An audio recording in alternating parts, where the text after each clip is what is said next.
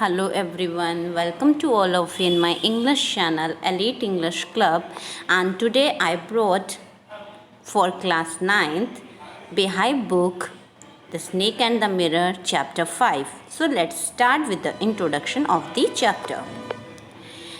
In the story there is a narrative within the narrative. Story के अंदर story है इसमें. The writer tells us the story which was told to him by a homeopathic doctor. Writer वो story हमें सुनाता है जो कि एक होम्योपैथिक डॉक्टर के द्वारा उसे सुनाई गई थी. अपनी लाइफ को एक्सपीरियंस उसने शेयर किया था.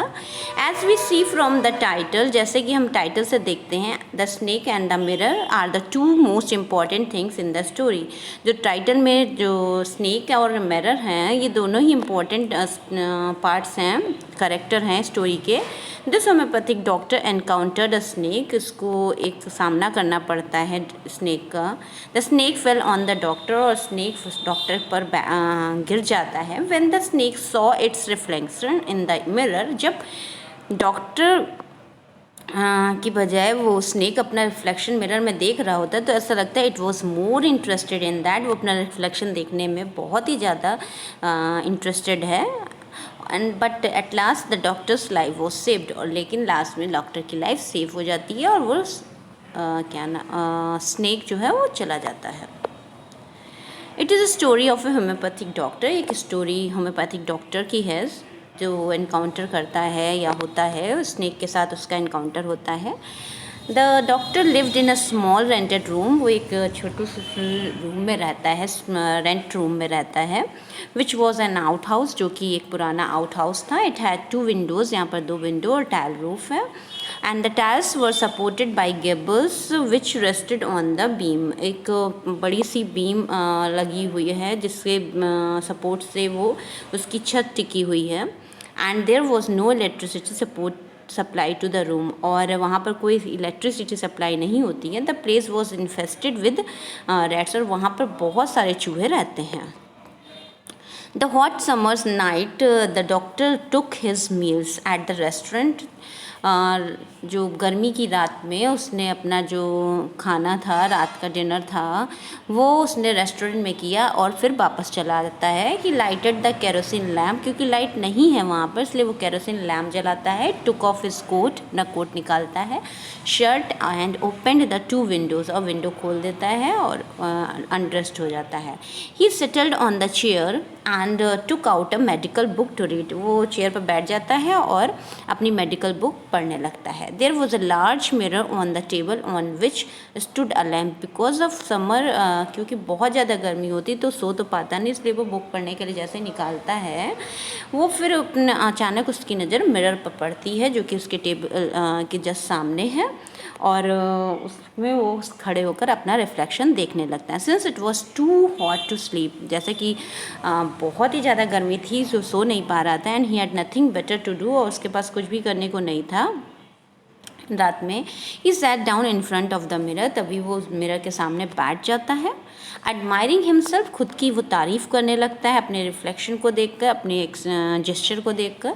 Planning to improve his appearance as he was an eligible bachelor. क्योंकि उसकी अभी तक शादी नहीं हुई थी, इसलिए वो और यंग था वो, तो वो अपने आप को इम्प्रूव करने के लिए प्लानिंग करने लगता है. Gradually his thoughts shifted from self admiration to planning his future marriage.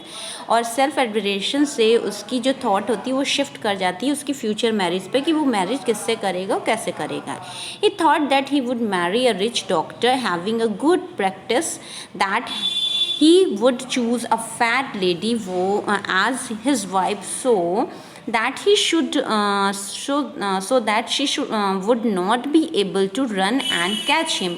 वो सोचता है कि वो ऐसी लड़की से शादी करेगा जो काफ़ी रिच हो, डॉक्टर हो और उस प्रैक्टिस करती हो, साथ ही साथ वो काफ़ी मोटी हो, जिससे कि जब वो कभी भागे तो वो उसके पीछे भाग ना सके और उसे पकड़ ना सके.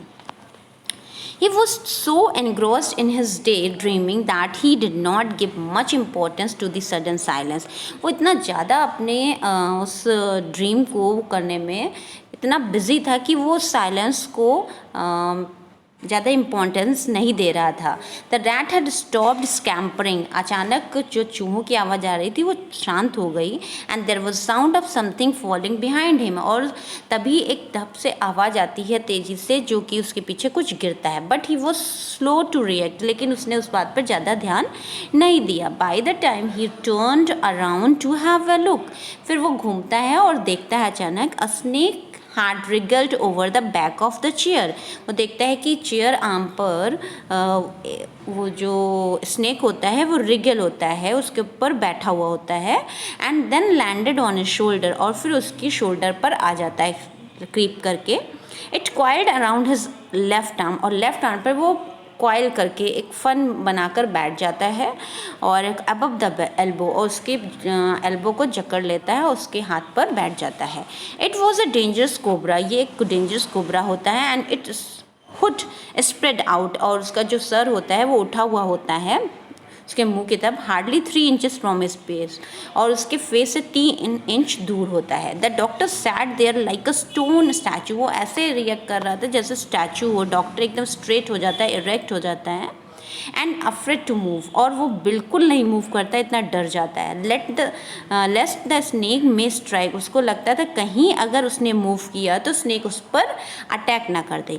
ही थॉट ऑफ वेरियस मेडिसिन, उसने बहुत सारे इतनी देर में विचार कर डाला कि क्या करे जिससे कि वो स्नेक से दूर हो सके, कि जब वो काटेगा तो वो कैसे खुद को बचाएगा। He had, and if any was good enough to save him if the snake did bite him, वो सोचता है कि अगर स्नेक ने मुझे काट लिया तो मैं खुद को कैसे सेव करूँगा, उस मेडिसिन के बारे में वो सोचता रहता है।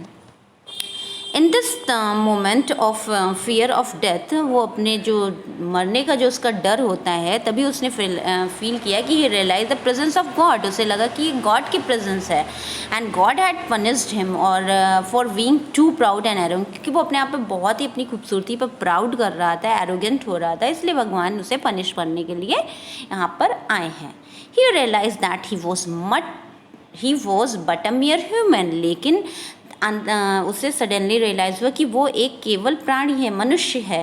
And a poor man nothing to boost out, वो केवल एक गरीब आदमी है और उसके पास कुछ भी ऐसा नहीं जिस पर वो बूस्टिंग कर सके, उस शेक ही मार सके।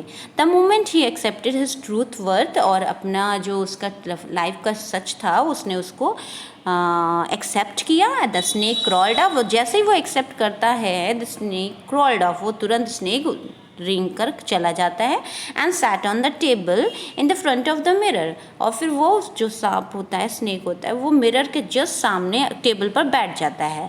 And doctor got up silently, doctor अभी भी बहुत ही ज़्यादा साइलेंट है, and rushed out of the door, और वो जल्दी से चेयर से उठ के डोर की तरफ भाग जाता है। Next morning when he return, वो रात को वापस ही नहीं आता है, और जब नेक्स्ट मॉर्निंग घर वापस आता है तो जितनी भी उसकी बिलोंगिंग्स होती है वो सब चोर चुरा चुका होता है, सिवाय एक चीज़ के, जो उसकी वेस्ट होती है, गंदी वेस्ट होती है, उसको वो थीफ नहीं ले जाता है, क्योंकि वो उसको अपनी इंसर्ट समझता है थीफ, इसलिए वो उसको छोड़ जाता है। और इस तरह हमारी इस स्टोरी का अंत हो जाता है।